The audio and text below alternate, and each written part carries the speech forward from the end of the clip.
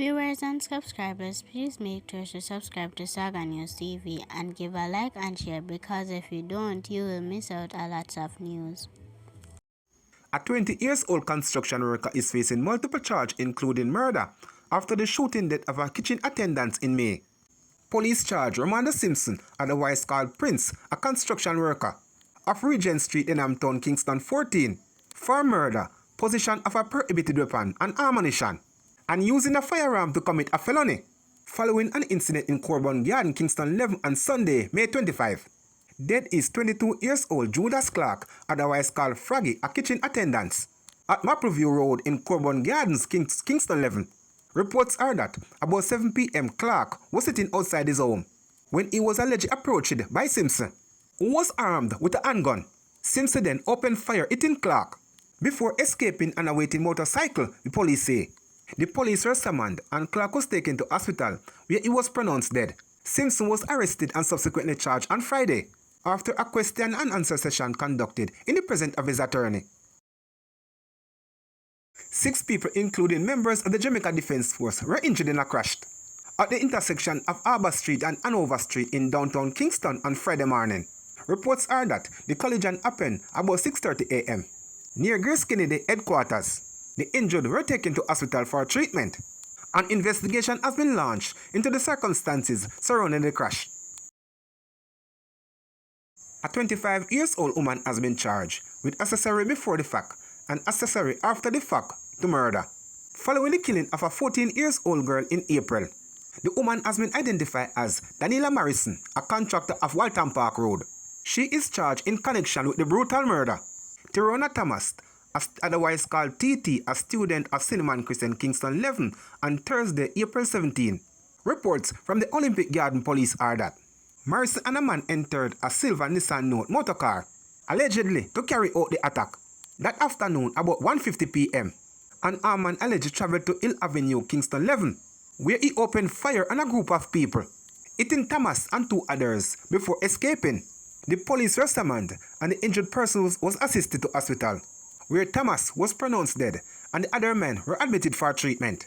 Following the incident, Morrison allegedly retrieved the car from the man and returned it. She was later formally charged. Following a case review, Prime Minister Andrew Holness offered a $2 million reward for information linked to the arrest and charge of Tyrona killer. The St. Andrew South Division say it is pursuing other suspects connected to the killing and is again appealing to anyone with information that can assist in investigating this or any crime committed within the St. Andrew South Police Division to contact the Hunts Bay Police CIB at 876-923-7111. Crime Stop at 311. The Police 119 emergency number or the nearest police station. One of 2 suspects who allegedly fired at the St. Catherine police after they were intercepted in a stolen vehicle is now in custody while the other is being sought. The police say about 9:40 a.m. Friday, police personnel attached to the Guy's police station in St. Catherine were on patrol when they received reports that a Toyota Vaxi motor car, which was stolen from its owner, in Tree Hill, St. Mary, was seen in Guy's. The police went in pursuit of the vehicle in an area called Cooking Hill. However, the driver reportedly spread off while the passenger brandished a gun and fired at the police. The vehicle was pursued into the neighboring Castle district in St. Ann, where the vehicle stopped near an open lot, and the 2 men allegedly alighted and again fired at the police. Police reportedly took evasive action and returned the fire during the exchange. 1 man escaped and the other was held. The stolen vehicle was processed and in the possession of the police. The Independent Commission of Investigation has launched a probe into the matter. A St. Catherine man temple landed him behind bars after he used a pair of scissors to stab his own brother in a shocking and provocative attack that left the victim hospitalized for weeks.